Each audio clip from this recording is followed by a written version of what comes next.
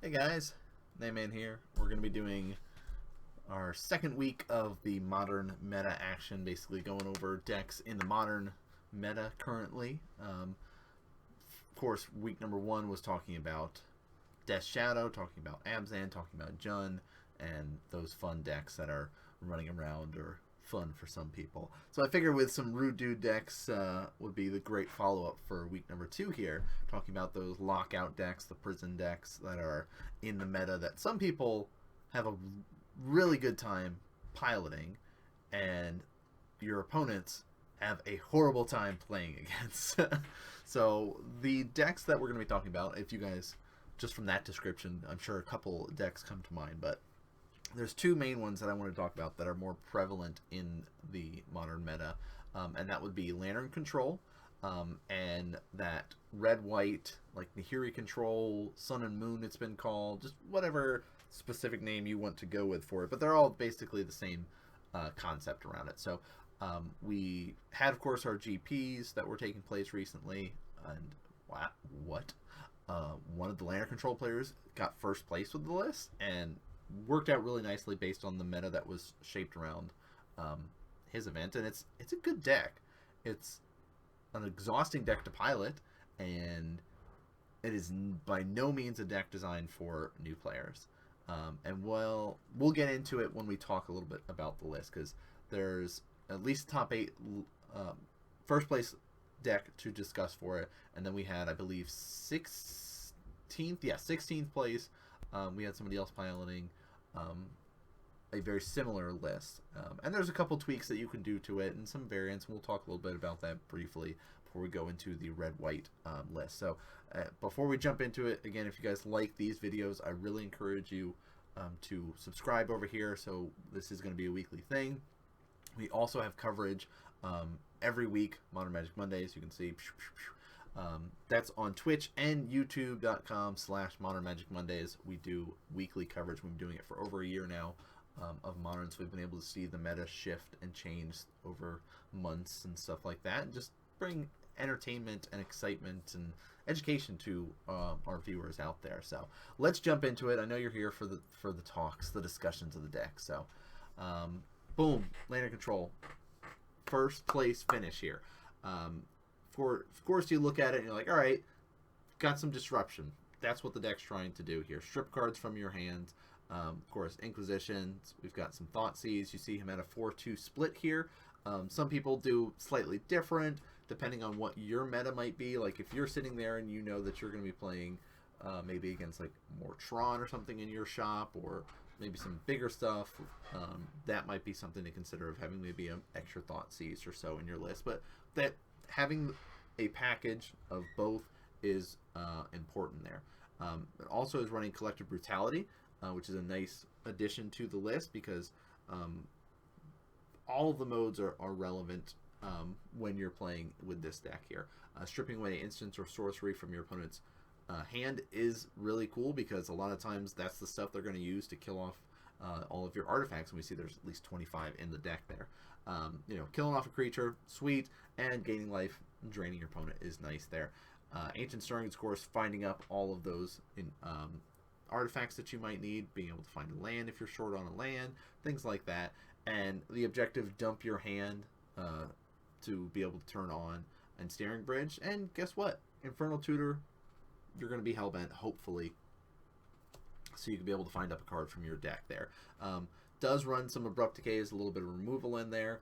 Doesn't have to rely so much on removal based on what the deck is trying to do. Also, we see 2 Surgical in our first place finish list, which I am a big fan of Surgical in this sort of deck, and just kind of basically lock somebody away from specific cards. Now, why is it called a prison deck or a lockout deck? Well, the objective of the deck is to get out our Lantern of Insight, which reveals our top card, both me and you, if we're battling against each other here. And we use cards like Codex Shredder, Ghoul's Caller's Bells, Pixis of Pandemonium, to be able to get rid of those top cards here. And it basically controls what your opponent draws. So if you're like, oh, Well, I have Ensnaring Bridge out, which I have no cards in my hand, so hey, don't have to worry about you attacking me. I'll make sure you draw that creature right now. Or I'll make sure that you draw that land right now. Oh, you're not going to get that instant. Or, oh, you have nothing but instances, like pump spells in your hand and you're infect. You're not going to get a creature, ever.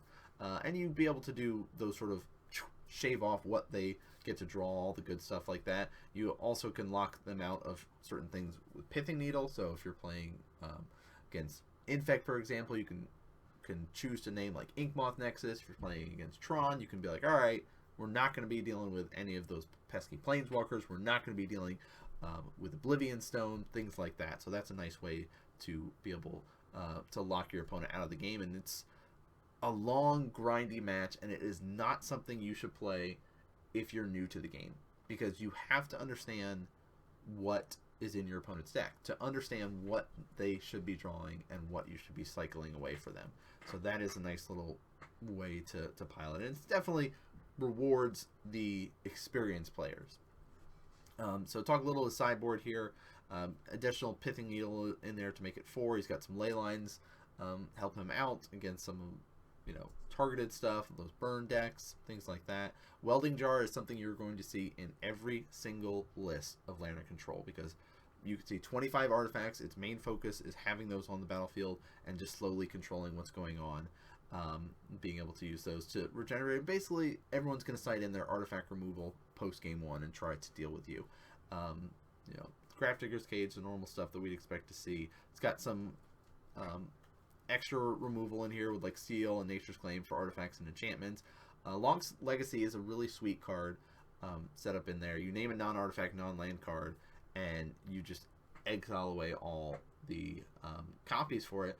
And then the player shuffles his library and draws a card for each card exiled this way. So nice little way to help thin out their deck if you're trying to go for that. And Malcolm's in the background hanging out there. Again, it's the House of Cats guys.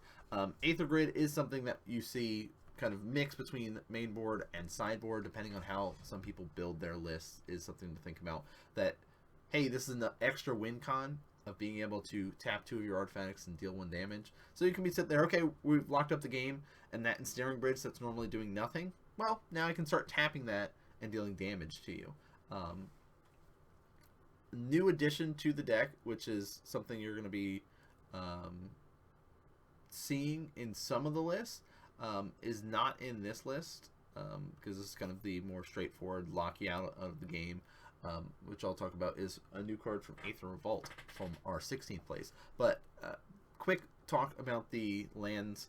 Spire of Industry, sweet. Inventor's Fair, another one you can search up artifacts for. Academy Runes, get them back from your graveyard, because your Ghoulcaller's Bell mills both you and your opponent, so it does have ways to get artifacts back. And then like Glimmer Void makes sense because you have so many artifacts. It's going to have some fast lands, being able to use Ancient Stirrings, Abrupt Decay, Surgicals, Thoughtseize, Inquisitions. Blooming Marsh is perfect fit into this deck. And then, like we talked about, Lockout, shut you down from certain colors and stuff like that. So Ghost Quarter is where it's set up. So let's talk about our 16th place finish here, and kind of maybe some difference between the two. We already see that the grid is in the main board for it. Only 1 Abrupt Decay, but is running some extra sorceries in his list. You see, here's his option for it: 4 Thoughtseize, 3 Duress. So not opting for the Inquisition, feeling that he could be able to strip away most of the stuff that he needs with that.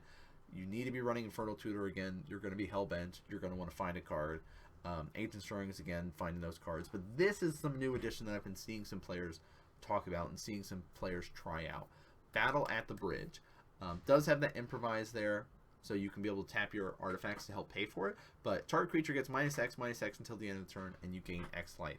So could be those situations where you're playing against those creature-based decks, and you're really hoping to find your Ensnaring Bridge. So until you get that, well, you got to stay alive somehow. So that's a way to help deal with that, and that's also allowing him to strip away a couple extra Abrupt Decays and things like that. We have seen, and he's opting out for the Seagate Wreckage, maybe a little bit extra draw in his, but Inventor's Fair Academy Ruins are kind of the go-to. Now, there is a Planeswalker that some lists have run before. Let me pull him up for you guys. Dun dun dun! Tezzeret, Agent of Bolas here.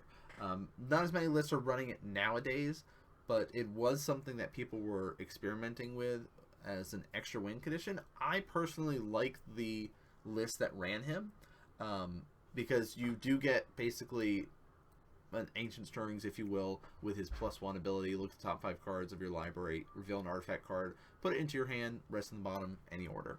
Cool. -1, most likely not going to be used in this sort of deck. That target artifact becomes a artifact creature with 5/5, Insole Artifact, if you will. Base power and toughness there. The -4, though, is the basically extra win con.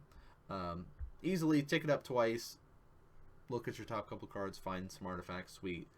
And now, if you've got your opponent locked down with your Ensnaring Bridges and you're controlling their draws, you should have a decent amount of artifacts out. So, target player loses X life, and you gain X life, where X is twice the number of artifacts you control. So that's a great extra win condition. Not as many decks are running it currently, but it is something to consider if you're looking into the deck, or if you're playing against people that could be something that they're opting for. So come backing over to our 16th place here, let's talk about their sideboard. Artifact removal, enchantment removal is something that is important. That's why he's opting for the wear and tears in his list. You notice there are no surgicals in the 16th place. He does have them in the sideboard, an extra Aether Grid. Just kind of the way that he's opting for, and a full play set of Welding Jar. Really wants to make sure his stuff is staying alive and knows that people could easily board in hate against him. And his extra answers to creature-based decks are the 3 fatal pushes there. So, you know, definitely unique ways to go about the building of the decks, and you can go see that there are some flex spots available to you, but for the most part, between the lists, Ancient Stirrings are a must to have, Infertile Tutor is a must to have, and some combination of hand removal, depending on how you want to go about it. Thoughtseize, Inquisition, and Duress are key. Abrupt Decay, least of one of, seems to be the go-to for the instances. And now the artifacts, pretty much across the board, are going to be that 25-26 artifacts here.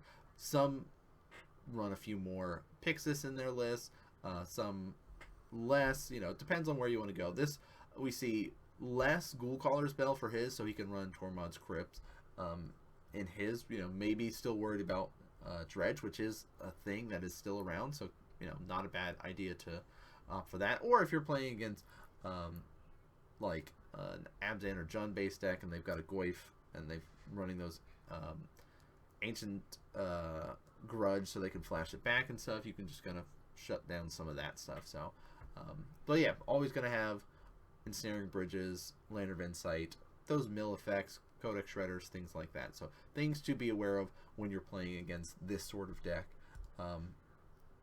It is a frustrating deck to play against, because you feel like, well, you've completely locked me out of being able to draw what I want. And you'll see a lot of people stockpile fetch lands to interact with it. Say, okay, activate Codex Shredder, I'm going to have you mill your top card. And you can respond, oh, I really want that card, so I'm going to fetch and try to find a land. See if I can put something else on top that I don't care about, just to help you out a little bit until you can try to get into some of that artifact removal against the deck. Hercules, things like that work out really well, because it just has that bounce, get rid of all that stuff, and then you could be able to interact with it. So definitely a fun deck for those that are experienced in the game of Modern and want a little bit of a different style of play. Let's talk about our second prison deck, though.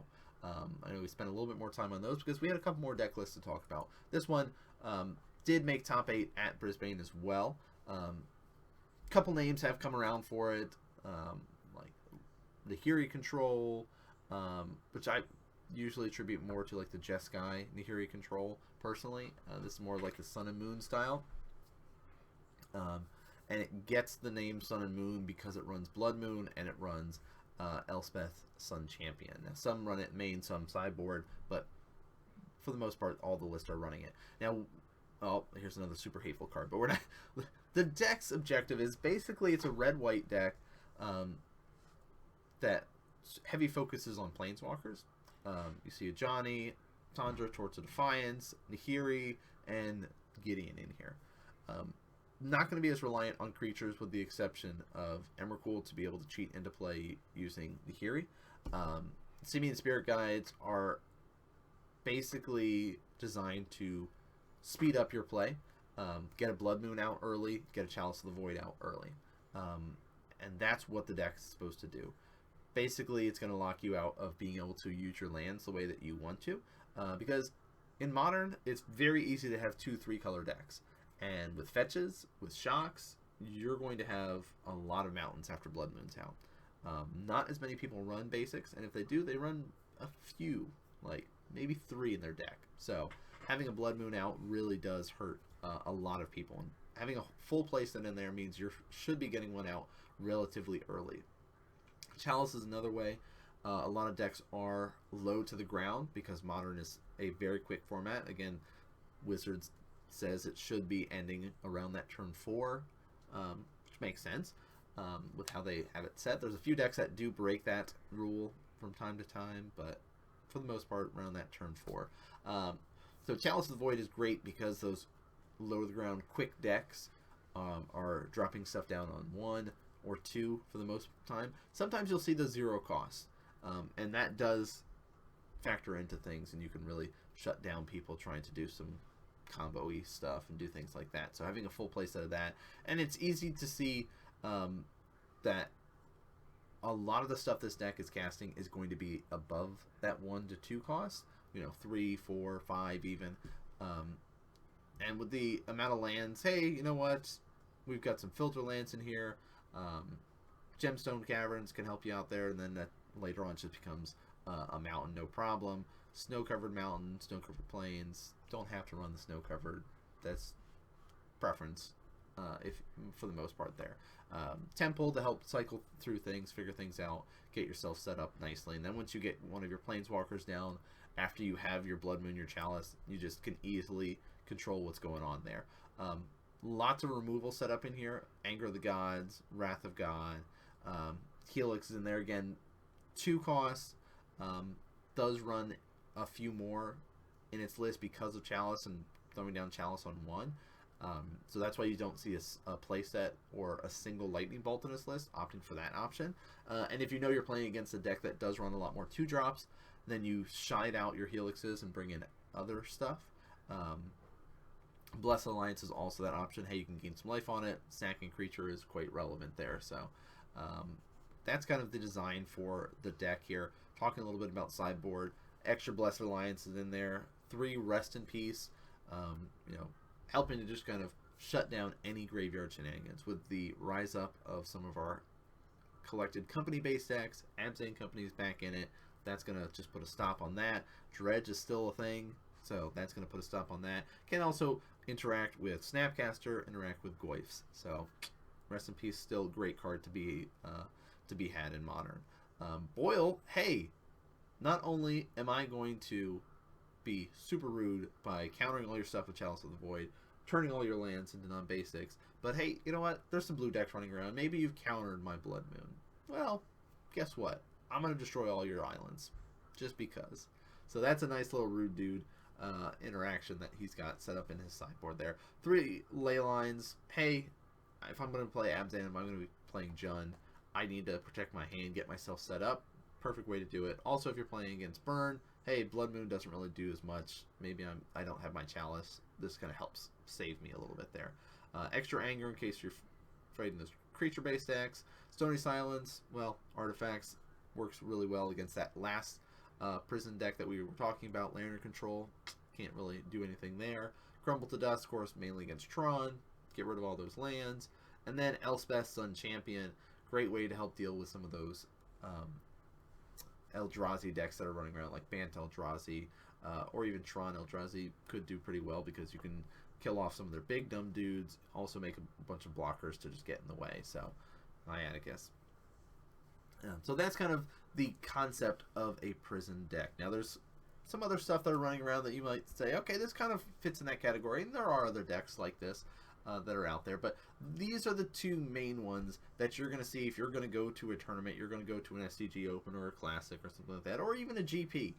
They're going to have a couple of these decks running around. People enjoy piloting them, and everybody who plays against them hates it.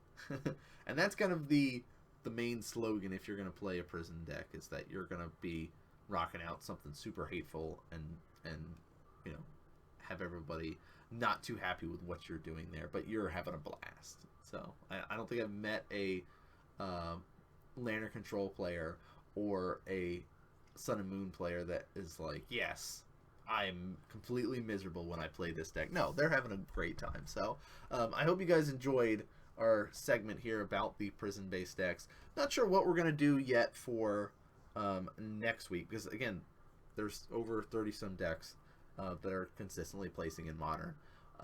Let me know in the comments if there's a specific deck that you'd like to see. Maybe if a couple people are really saying one in particular, then we'll talk about that sort of segment of decks. Because, you know, we do have all these collected company-based decks that are running around right now. We've got Tron, we've got the Eldrazi decks, we have Scapeshift list. Like, there's still so many decks to talk about, and we're going to keep going week in, week out. So if you guys enjoyed this prison segment here for the Modern Meta Spotlight, I hope you guys consider hitting that subscribe button, hitting the follows, checking out all the other projects that we were working on. I was talking earlier about Modern Magic Mondays, which is the weekly coverage that we do, and you guys can, of course, find all that stuff if you just search Modern Magic Mondays. Go YouTube, Twitch, all that kind of good stuff there. But thanks so much for tuning in and watching, guys, and I'll see you guys next game.